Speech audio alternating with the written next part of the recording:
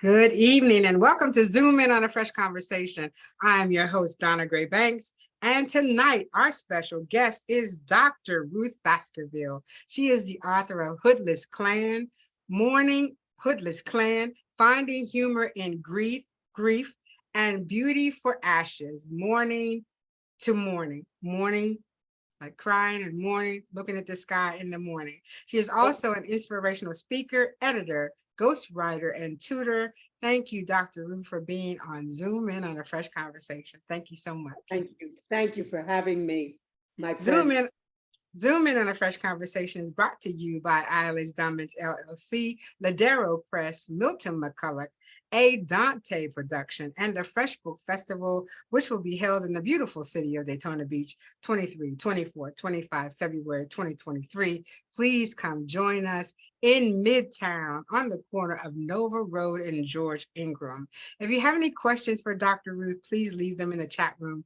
We will try to get to them at the end of the show. This conversation is being recorded. And thank you, Dr. Ruth. Please take a moment and give our audience a brief background. Oh my, well, I am 46 years in education. I'm 75. And it's just been my love since I was a little kid. I never deviated. So I was teacher and then drama coach, administrator, kindergarten, all the way to 12. I've been in curriculum, been in personnel, HR, charter school, private school, just all of it. And it motivates me every hour. And I'm also an editor ghostwriter for 67 published authors right now and counting. And I have a tutoring company for kindergarten all the way to a doctorate. Whoever needs a little help, a little nudge, a little push, a pat, we got it with Waverly's Way Tutoring. So all of that, and I'm retired twice. I understand that. Right. We don't leave. Yeah, I just think you keep creatively, you want to keep your juices going. You know, they say the onset of Alzheimer's is people just stop using what they're supposed to use, right? And so we want to keep those creative juices going. And I want to talk about HOODLESS KLAN, but I want to talk about your other two books first. Beauty for Ashes, Morning to Morning, and Finding Humor in Grief.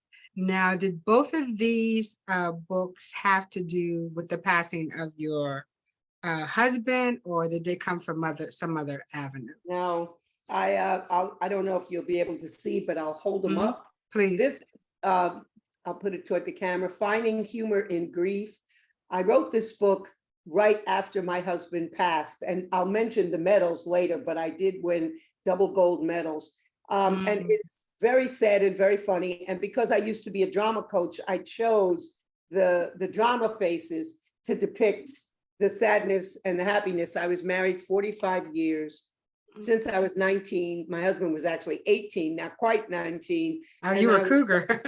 Oh my gosh, I was devastated and wasn't sure. I just literally did not know what to do. But writing, journaling, I just recommend it for everybody going through anything. And before I knew it, I had Finding Humor in Grief, because for me, finding those little kernels, those little bits of joy, things that will make you laugh, get you through the tough stuff.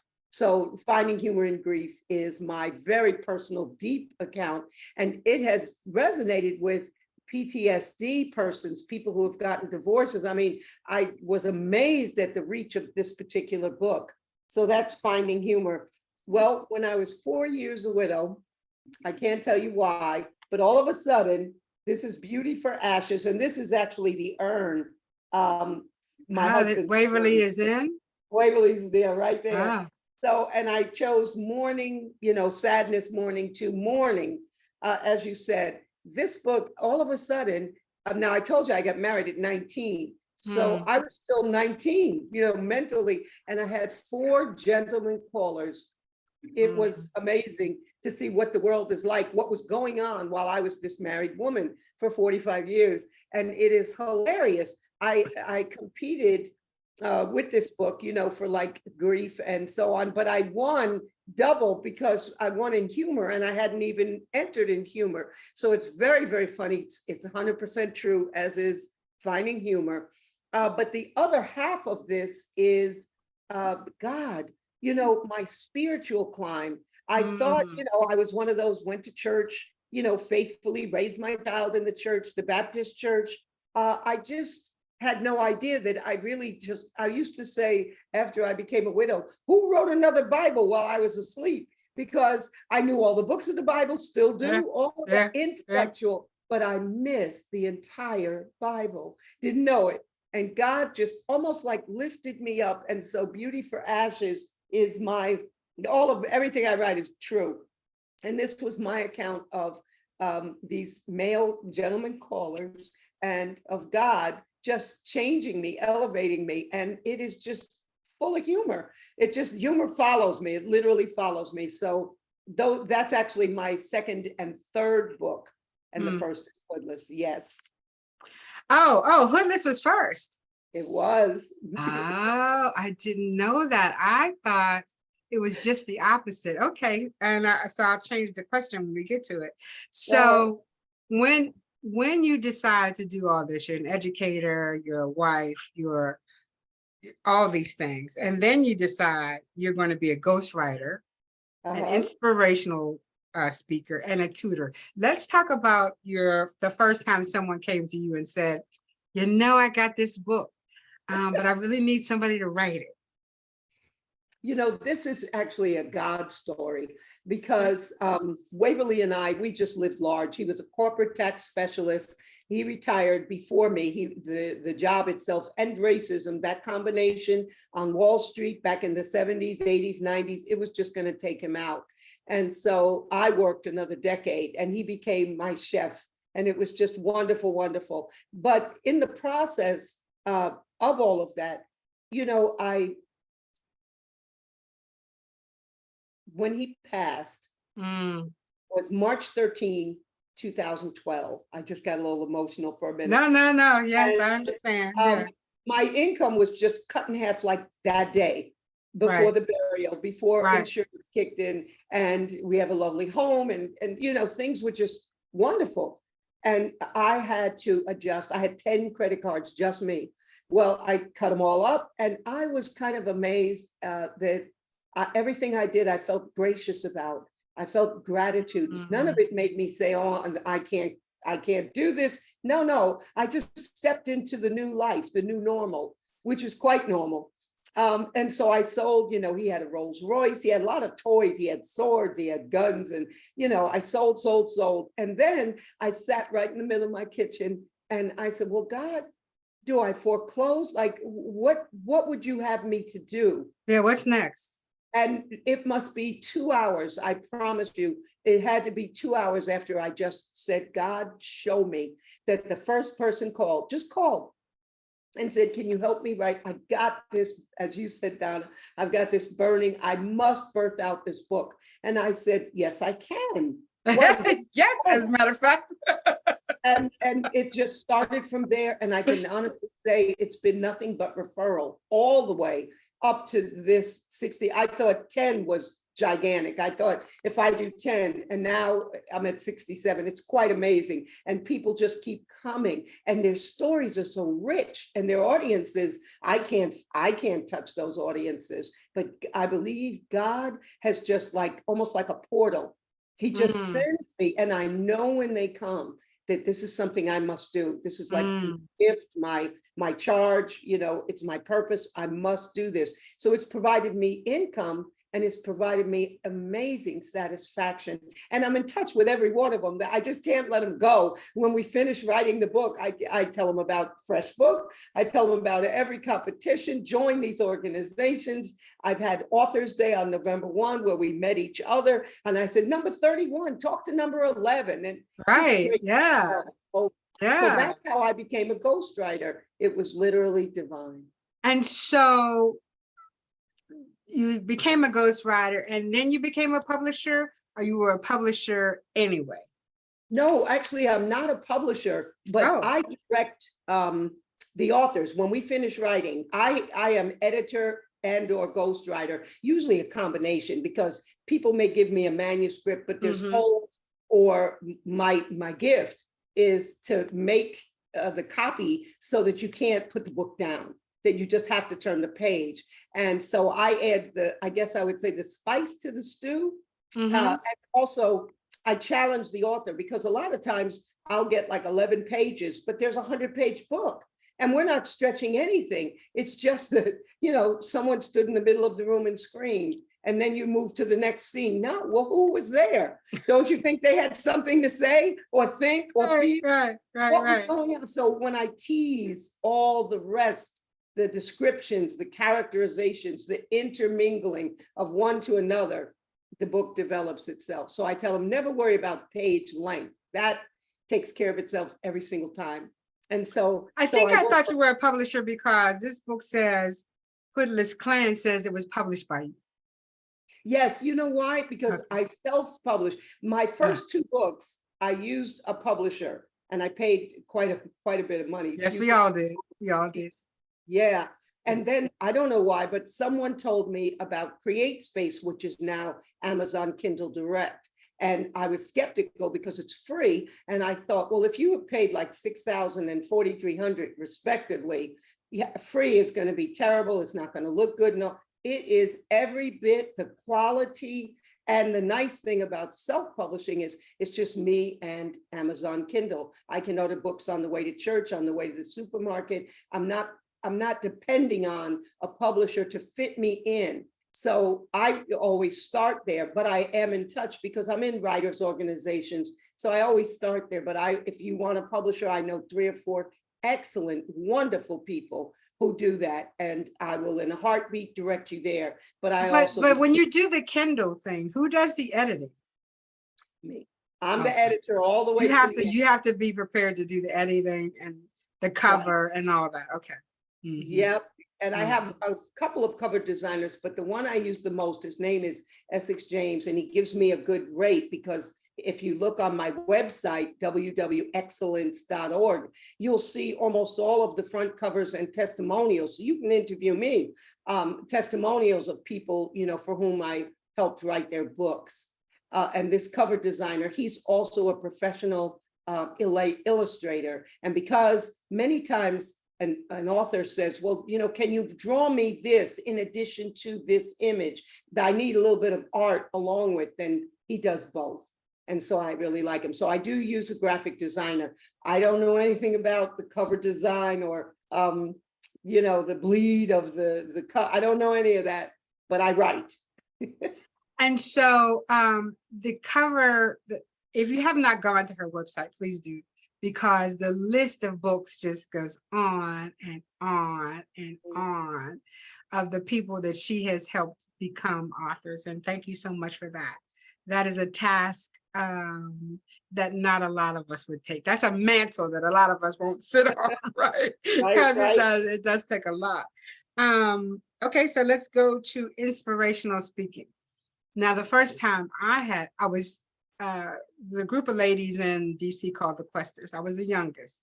And so they said to me, first year, nah, you're not ready. Second year, nah, grasshopper, hold on. Third year, nah. Fourth year, okay, it's your turn. And so that was my introduction to public speaking. 2,200 people, right. And so tell us about how you became an inspirational speaker. I think being a principal in public education, being in central office, it's just natural. You're presenting to the Board of Ed, to communities. So it kind of came natural to me. I have a theater voice, so I could fill a room without a microphone. And so I'm very comfortable, pretty much extemporaneously. If you give me the gist of something, I can carry it. Not to say that I don't prepare, like I prepared for this, even though I know the answers to the questions, but I took the time, and I will always prepare. But when I'm in front of a group of people, I draw an energy from the audience, big. And I've had, I don't know what my biggest crowd might be, about 800 people, my smallest, maybe 15, but it's all the same to me. Right. I draw energy from them. I make sure I'm on topic, whatever is the topic I'm to present, I stick to it. But there's always room to invite, commentary. I'm very casual in that regard. I don't say hold everything to the end, or I'm not unapproachable at all. And it just seems to work, and people listen. I just am amazed. When I do workshops about writing, how to birth out your book, or workshops about SAT for kids who are struggling, people they just listen, they pay attention, and it just works. But there's a difference between being a public speaker and an inspirational speaker. So tell us about the inspirational part. I think I would have to speak about pretty much my grief books here. Okay. Because, to inspire, to have vulnerability is a gift that we all have. And especially men they're raised not to show vulnerability. And one of the things that I discovered by presenting, by doing, book signings and workshops relative to grief, is everybody has grief, whoever has touched your life. And it's a universal something. You could have lost a child, a parent, a mate, just like me, but the grief part just seems to come through. And before you know it, you've helped. When you inspire, you help somebody to get from this point to that point. And so for me, inspiration, I don't want to sound in any way arrogant or puffed up at all, Yeah, right. but inspiration just kind of flows. And I know it because the questions that people will ask, or the way that they'll approach me or want to hug me or touch me, or it's much bigger than, can I buy your book? It's much bigger than that. And so I feel that there's just something, and again, I believe that since I became a widow, I'm 10 and a half years a widow now. And while I never thought that I would say that I am the happiest I've been in my life, I never thought I could ever say that, but I can honestly, from the bottom of my heart, say that. And the only thing I can say is it's all God.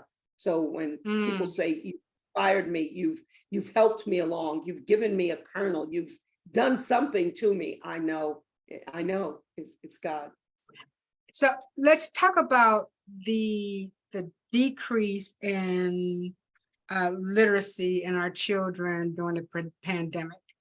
You being a tutor, have you seen this? I know I've seen, but have you seen this drastic reduction of comprehension and literacy engagement since we went through the pandemic? Oh, absolutely. And it's amazing. Every report that seems to come out all around the world. It's worse and worse. But here in America, it touches this has touched rich and poor, urban, suburban. It just has touched everybody. But of course, there's always going to be a disproportionate loss in the minority community. And the reason is very simple. When parents have to work, the kids are home. Well, you're 7, you're 9, you're 10 years old, and it's third period, and your teacher is on Zoom, and you're supposed to put away math, take out science. It's not going to happen. You need the help. Whereas the more affluent communities, the more affluent parents who literally could be home to help monitor, to guide, even or have somebody there to do that. Yes. So the absence of all of that pushes you farther and farther behind, and the idea is, the other part is, you really need, I know that I do Zoom, tutoring through Zoom, but there is no substitute for a warm body. There is no substitute for a teacher touching your shoulder, giving you that encouragement, saying, show me what you just did, and allow me to say where you made the mistake in the writing or the math or the science, and let me just help you. So what COVID did was push everyone. The teachers weren't ready either. To all of a sudden, I had a classroom, and now I have to be technologically savvy. And then worse than that was that last year, when some came back, some didn't, you had teachers who had half a class, and it worked out, in terms of COVID, every other seat, we had social distancing, but now you also have your camera, and you have these kids who are in their homes, and you're teaching them and those in the classroom. And this one is under the bed, and that one went to the bathroom, and the dog came in the room. And I just tip my hat to every educator today who has had to make that amazing balance. And so to bring up the rear, to catch up, I think that it's going to be a generational thing. I think it's going to be an entire generation. And I am not a pessimist, but it's going to be that big a deal before kids catch up. And that's why, not just Waverly's Way, that's my, my thing, but tutoring is so important. Teachers cannot begin to catch a child up. The kids are so diverse as it is academically. And so you need that extra something. And where parents can't afford, you need people who donate to people who run tutoring so that you can keep it going and help whoever needs, whatever they need, wherever they need it. Because once they get that aha, they're back on track and they're fine. But without it, they fall further and further behind. And there's your dropout. If school hurts, if it hurts, I'll stop the pain. As soon as I'm of age, I'm out of here. Yeah. Yeah. So Yeah. yeah. So everybody who's listening, please understand that if you have a child in the school system in the 2018 forward time period, that they are going to need a one-on-one tutor for English language or language development or comprehension. It's just something that they need. And I hope that you find a place for your children to be. So let's jump right into this hoodless KLAN. So amazing story, by the way. And in your opinion, is the American school system the biggest Klansman? When I saw that question, my heart almost leaped because the answer is a resounding yes. And here's why. The American school system has always been the European view of things. Well, the Europeans came to this country, as you know, and they settled. It's like me coming into your home and saying, well, this is nice, this will work, except for the fact that you live there. They were squatters. They were squatters. They weren't settlers. They stole and killed and maimed. And that was just the Native Americans who belonged here and still belong here. But worse than that, they didn't work. How will we get everything done that we need? I know we'll go to the quote dark continent and we will get slaves to do all of the work for us and we will have all of the profit. Well, that Eurocentric entitlement, it permeates the textbooks. Do you know, I went all through school. It wasn't until college that I even saw a brown or black face anywhere. Right. I was in college. That's how absurd it is. Now today it's a little bit better because, you'll see a face here or there. But what I'm reminded of is when I saw Hidden Figures for the first time, I was absolutely astounded that Katherine Johnson was the catalyst when John Glenn said, I'm not going up unless she. Without her. Yes, she was figuring the formula. No one had created the math to bring the space. Now, I remember everybody was glued in the 60s, the space race, Kennedy, we were all there, black and white, we were all, here was this, and the people they called computers, they were there. But you know what was in my world in those 60s? Foxy Brown, it was Shaft, it was Superfly, I kid you not. Well, we all went, we all saw it, we all did that, but no Katherine Johnson. So the cleavage and the drugs and the violence and we saw all of that. We saw us there. We saw us, but we didn't know. We had scientists, we had inventors, we had creators. We didn't know. We didn't know that we come from African kings and queens. We didn't know. But isn't it logical that griots, that scientists, that artists would also have been swept up in the Middle Passage? It wouldn't have been just, yeah, they all, and they came here and were exploited for whatever it is they knew. But the credit was never theirs. The economy was never theirs. And so, yes, the biggest Klansman, unfortunately, and it just, I don't know, I'm way past anger. When I think about Black History Month, we roll out a few of the same few names, and then at the end of the month, we roll them back into the, the graveyard.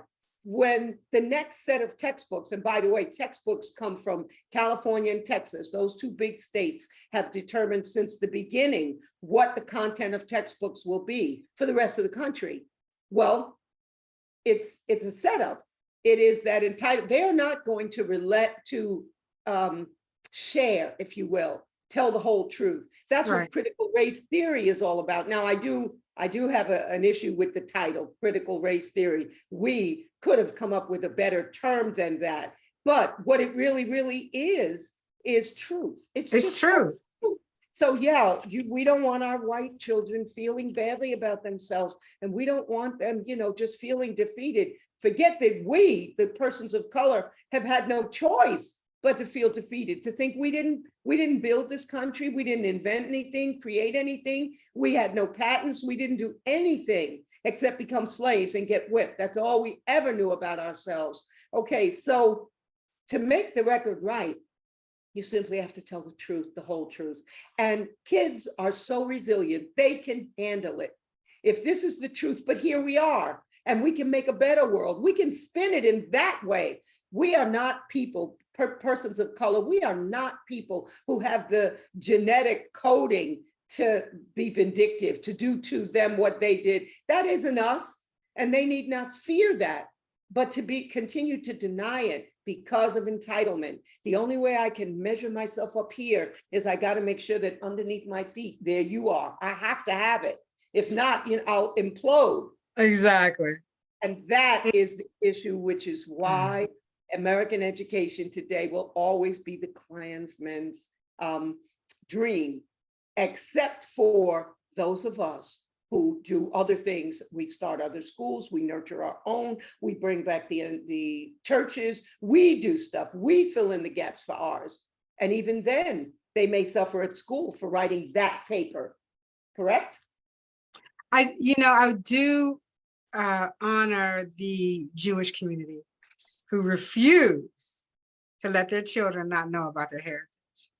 They do Saturday school, they do Thursday night school. I mean, they make sure that they get what, right or wrong, they get their heritage straight from the community they're born in. So we can learn a lot from that community about making sure that our children know the truth. So yeah.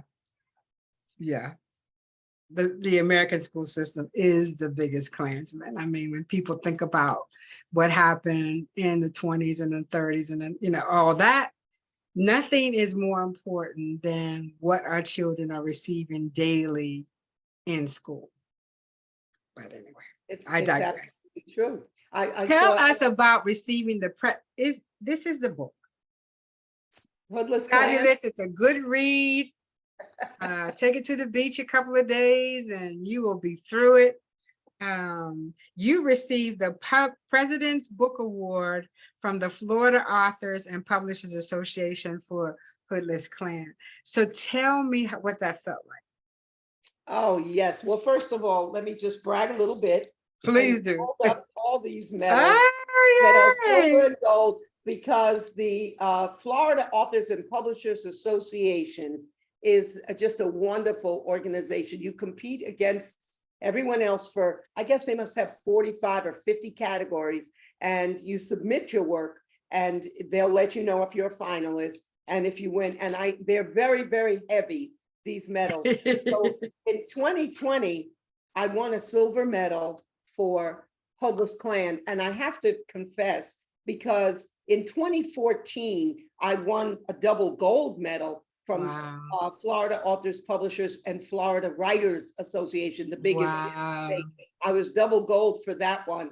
And then in 2016, I entered Beauty for Ashes and I won double silver medals for that one. But why Hoodless didn't come out until 2020? Because it's so politically charged, know, it's about a principal, which happens to be me, in a charter school where you have a governing board, and the governing board is just made up of evil, literally evil, that did not want the Black kids in the high classes, though they belonged there. They earned their right to be there with their kids, and they were just that bold, hence Hoodless KLAN. They don't even wear hoods. But because the Board of Education, the community, the council people, it was such a huge and large conspiracy.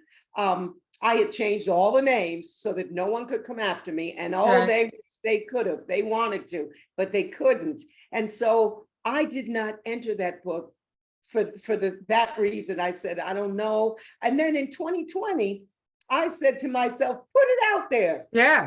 What you wrote it, you know what it is.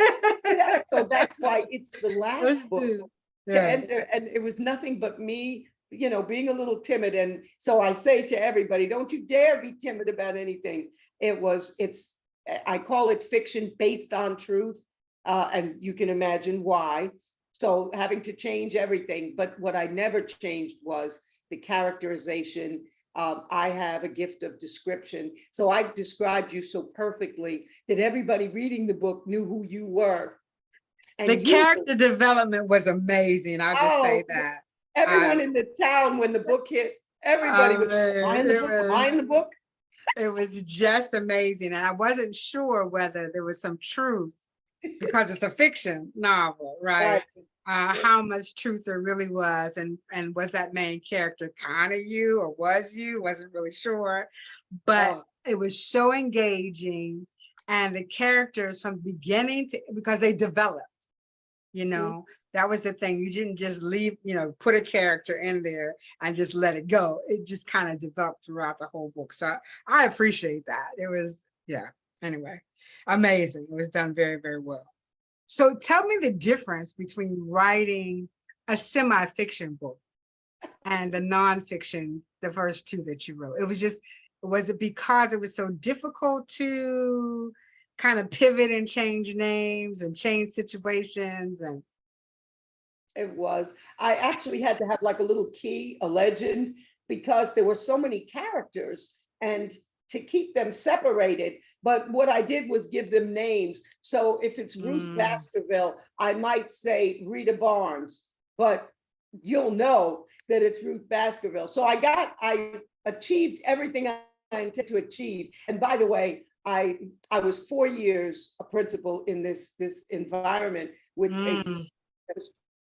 they had resources and wealth and were just bent to push me. I'm of mixed heritage, Russian, Jewish, African American, Native American. They did not know my heritage when they hired me, despite my curly hair. They did not know.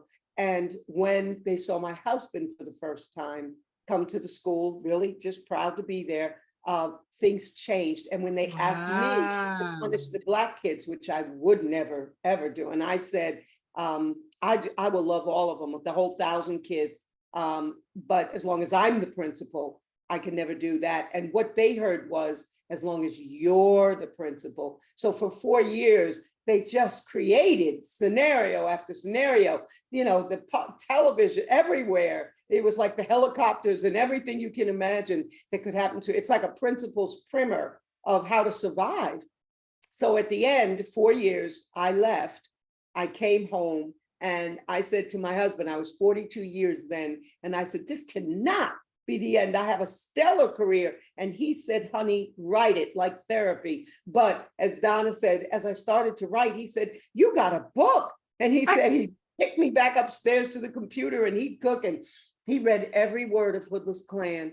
But the day that I got the email from the only publisher we sent it to, because that back then I didn't know anything about publishing, that they were pleased to take my manuscript, Waverly died that day.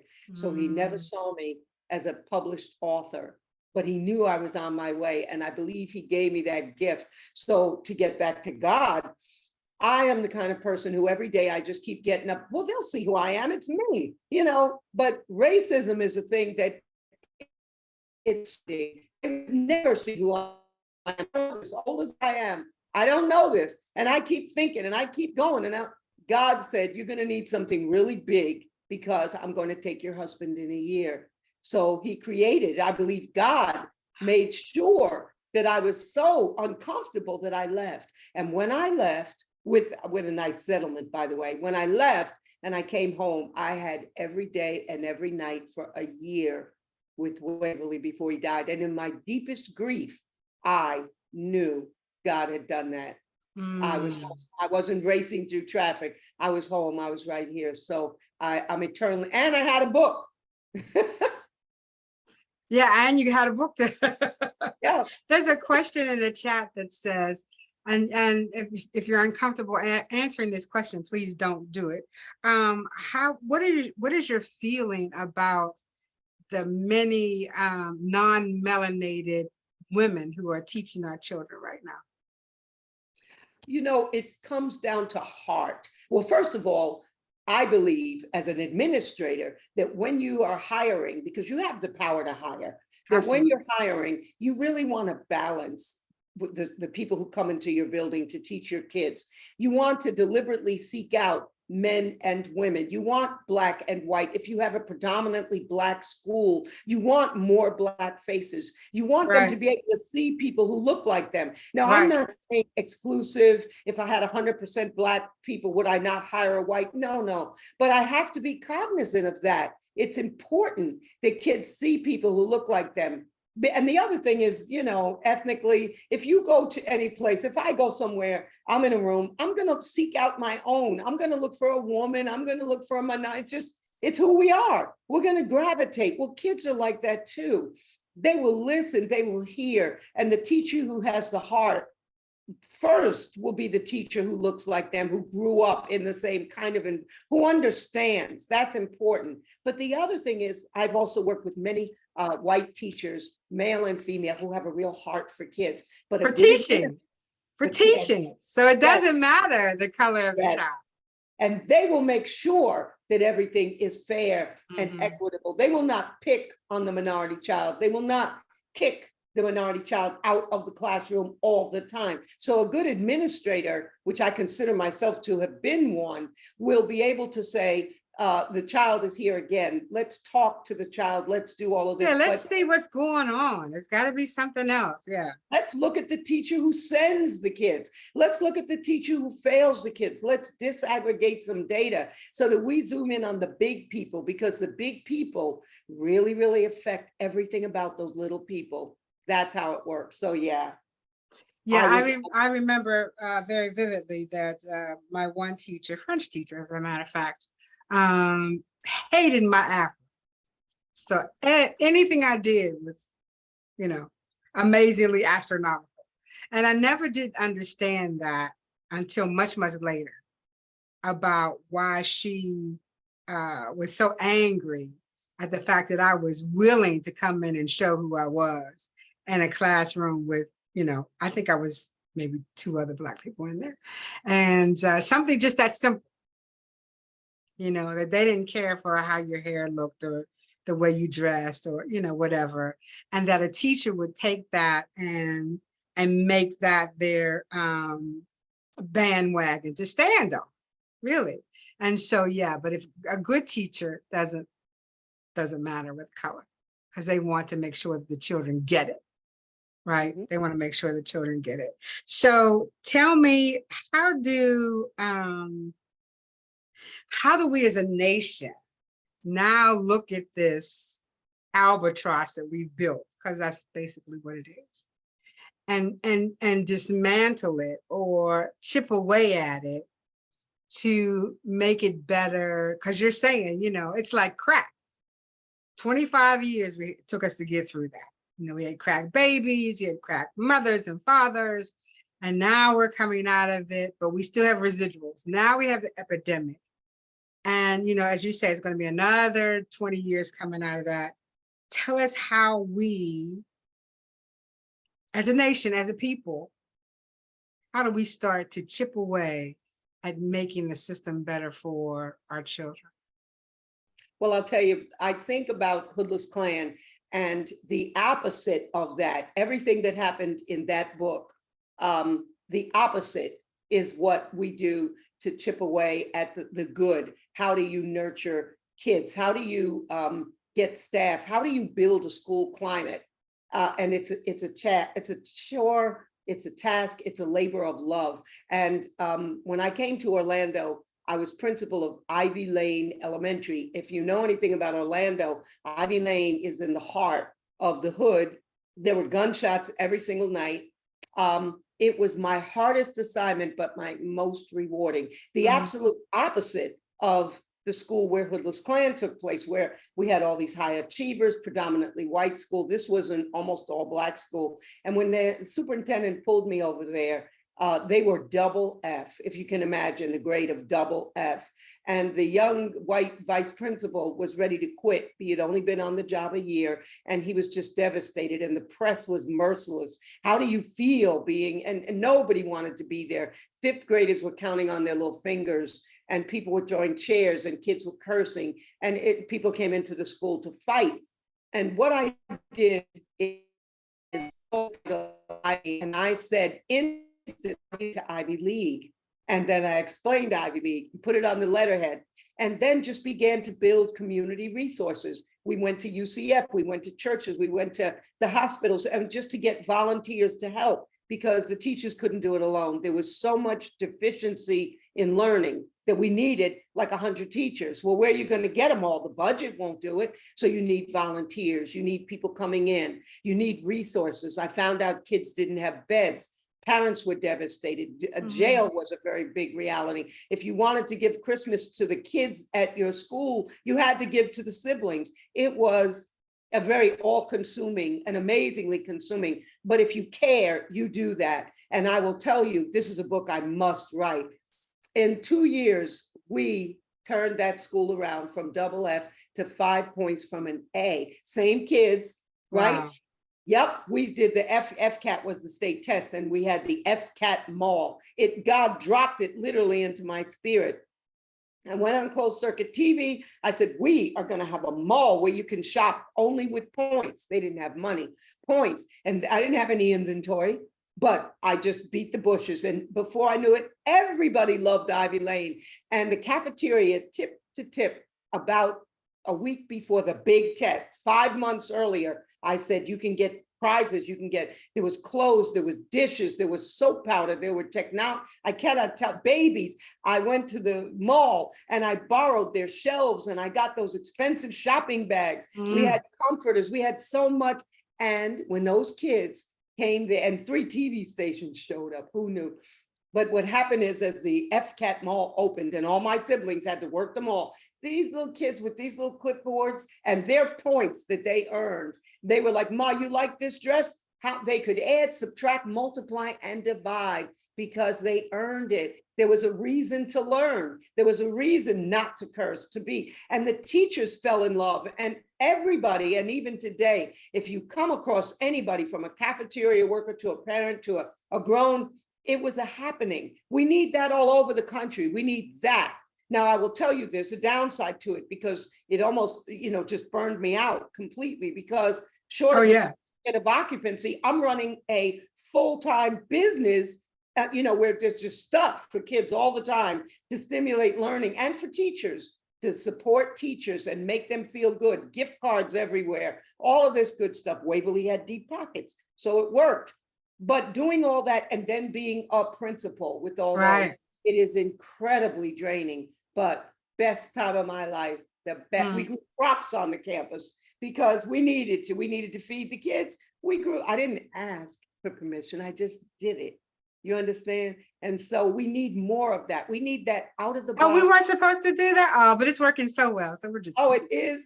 We need creative people who don't ask, but who say, if we grow crops, we have math, we have science, we have so much to do. We have literature because we can write about it. And so life happens.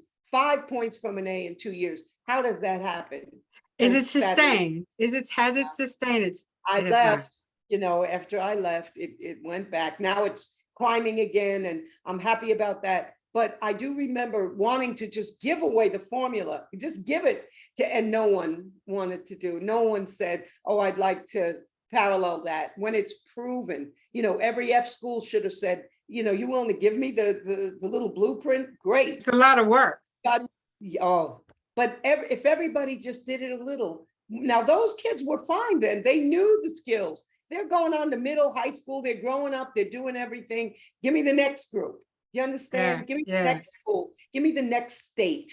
And that's what we need. So the antithesis of HOODLESS, which is Ivy Lane to Ivy League, which is a book I will write. Yes. When I can get some relief from ghostwriting, is the formula. It is the blueprint.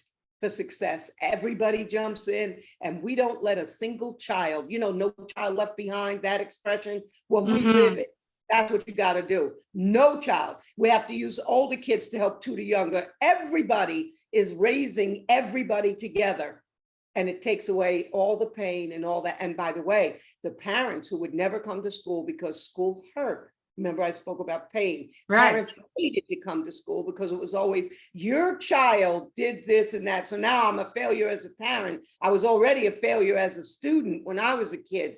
So, but you gave me a bed, you gave me dishes, you gave me a light so that I had to put at the kitchen table. Well, now you have me. And now I can engage because I know you care about me. So you have to go way beyond the classroom, those rows, those desks. You gotta open up the building to the community, and the community will respond. This one did. I saw a TikTok very recently, and the lady was brought to the principal's office about her job, about her son. And the teacher was there, and the teacher was saying all these things about her son, da, da, da, da, da. And the lady said, he spends more time with you than he does with me. So what you doing wrong? They want to blame everything on the home. But when in essence, if you got a child who's spending 7 hours a day outside of the home, there are other people who have the permeation of how they are built, right? And that's the school system. Correct. And we have to start looking at a partnership as opposed to a blame game. Right. It is nobody's fault if Right. a child is counting on his fingers and he's in the fifth. It's nobody's. Let's just fix the problem. Everybody get involved. That's what you do. But there's the answer. There's an answer. And so LD, I did not say your question correctly. Could you give it to us again, or come on camera and ask it if I didn't say it exactly the way you needed to respond to it, if you want to, or just put it back in the chat room. So what's next? Besides Ivy League to, what was the name of it? Yeah, Ivy Lane to Ivy League. It's a that's a true story, and it's a proud one. So there would be no issue. I don't need to change the names of anything, So that's going to be the next book, but what else? What else are you looking forward to? Well, I'm ambitious. I'm 75, but I'm just stronger and happier than, 10 years ago. So I want to expand Waverly's Way tutoring for the adults, the graduate school persons, adults who want to make like job changes and the resume needs to be fixed. Or how do I write that letter that they asked me to write? How do I do that? I want to just, because we're doing a really good job with kids, literally K-12, every grade. And we're in 6 states now, thanks to COVID. That's about the only, thank you, COVID. It would have been only Central Florida because that's where I live. But through Zoom, where we can do lessons and stuff that way, I was able to expand into other states. So that's a good thing. But I want to also, I have already begun, and I need to expand, adding parent chats. How you doing? How's your mental health? Is there anything about school? I know pretty much every scenario. What can I help you with to navigate the system when the child isn't doing well? What's your connection to the school system? And I can help. So I want to add parent chat and more of those webinars for parents, for working people who want to advance. Anything connected to writing. I need to write a resume, a letter. I need to do some stuff. And finally, I need a succession plan. Not that I'm planning to go anywhere soon, but I need a succession plan to groom some people, some younger ones. And I want to, I'm working with my business administrator is another member of the group who will be presenting at the F.R.E.S.H book, and that's F.R.E.S.H. She's my business administrator. And together we want not a boarding school, we want a research institute so that you have graduate and doctoral students who are working on higher education and studying the kids who come under them. And from the age of 5, wherever they begin their academia with us, we call them doctor of whatever they intend to be down the road. We nurture, we pour into them, we make sure they get all the right history in everything. As honestly as we know, we correct the incorrect history, the science, the math. We teach with excellence. We keep a high standard. We don't water anything down, but we put that your grandmother underneath them so that they're safe as they climb. And everything around them supports them. Everything around them loves them, gives them time for reflection so that they grow and they mature and they have a bigger knowledge base. That's the Research Institute. It is so important that the seniors really do touch the younger people. I remember so vividly being on the porch with my grandmother. She wasn't a good reader. I mean, she read relatively well, but she made me read the Bible out loud. Right? And would correct me for the words like Nehemiah or whatever, because I was young, right? Yeah. And so I do understand that we talked earlier about making sure that there's one-on-one, and having a succession plan is finding the right tribe who believes what you believe, right? And that's Right. hard, but you'll find it, because I don't believe that God gives you this kind of vision and this kind of foundation for it to crumble. So it's going to come. No, It's going to come. It's definitely going to come. So we ask each of our guests to give us a pearl of wisdom before we leave. And I will ask you to, anybody have any questions, please? We have time if you want to chime in. Oh, Tamara has an NIH grant that you're going to share that with her. Tam, is that what you're going to do? Okay, she's going to share. The National Institute of Health. I just came across a couple, well, I've been looking, but they actually have one with regards to educational disparities in underserved and underrepresented communities. And I just saw it maybe about 2 nights ago. So I'm gonna look for it, and I'll send it to you, Donna, so that you can pass it on. Hopefully it's still time frame. Still accepting. Yeah. Are you a 501c3, Dr. Ruth? No, I am a for-profit. Okay. Way. Okay. But I think I'm the NIH is only for 501c3. But I am affiliated with the 501c3. Oh, who could certainly, you know, my counterpart, we can do that. I would be ever so grateful. If anybody, if you point me to anything, I will follow up. All right. My absolute Yeah, work. and so Tam, I don't have to be the middleman here, you know. Can I just say it's easy, because Waverly was my husband. I've spoken about him, and I'm Ruth. Yeah. And so my email is WR Baskerville, BASKERVILLE @gmail. So it's very easy. If you remember Waverly Ruth, WR Baskerville @gmail.com. And if anybody, even people that you know or people who are on this chat, I'm so open. If you email me with anything, there's nothing I won't answer. Oh, be careful now. This goes on. This goes to the World Wide Web. You know, I have no sensitivity, no ego. I'm old.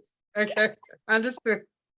And so I need a pearl of wisdom from you now, if I could. Oh, yes. You know, so many of us, especially Black women, you know, we think when terrible things happen, we don't need grief counseling. You know, we don't need it. Well, I felt that as well. Yeah. And then I had the card at Dr. Phillips Hospital where my husband was officially pronounced dead, and they had grief counseling, and it sat on the center aisle in my kitchen. It just sat. And, you know, we opened up the refrigerator, stuff happened at the center, and that card almost levitated and said, will you please stop crying and go? Well, I went. And the chaplain who ran it said, every day you must get up, dress up, and show up. And it was a literal thing to keep you from pulling the covers over your head, to keep you from falling into despair. But God gave me a whole different twist. And this is the pearl of wisdom I would share with anybody. Every day we need to get up, dress up, and show up, because God has a mission for us at every phase in our life. My phase is right now. It's different from 10 years ago. And we have an assignment. and we belong at a prescribed place at a prescribed time. We're either going to receive or impart. Yeah. But we have a job, we have a mission, and it's not optional. God's not going to love us for missing that assignment, that wherever we're supposed to be. So get up, dress up, show up, and then open up your mind and open up your heart and say, well, why am I here, God? Guaranteed you're going to find the answer, including tonight. So I thank you so Wow, much. Dr. Ruth, heart we've is known so each other full, God. many, many, many years. We've been down many journeys together. This is the Hoodless Clan. It is a wonderful read. Please go out and get a copy. Is it on Kindle? It's I do not have it on Kindle. It's on Amazon, but I would, if you get it through me, then I put those beautiful stickers on it because Amazon. Yes. And I Get an also autographed copy. I personally the message. So Yeah, from just Dr. email me. If you're interested in a book, it's $19.95. It really is quite a read. It is quite a read, I'll tell you. I just really enjoyed it. And as I said, the characters are amazing. And thank you so much for honoring me with a copy to spend time with. Yes. Your pearls of wisdom have been fabulous. We just are honored that you took the time to be with us this evening. And thank you all again. I love you all for being here every Monday night. I certainly appreciate it.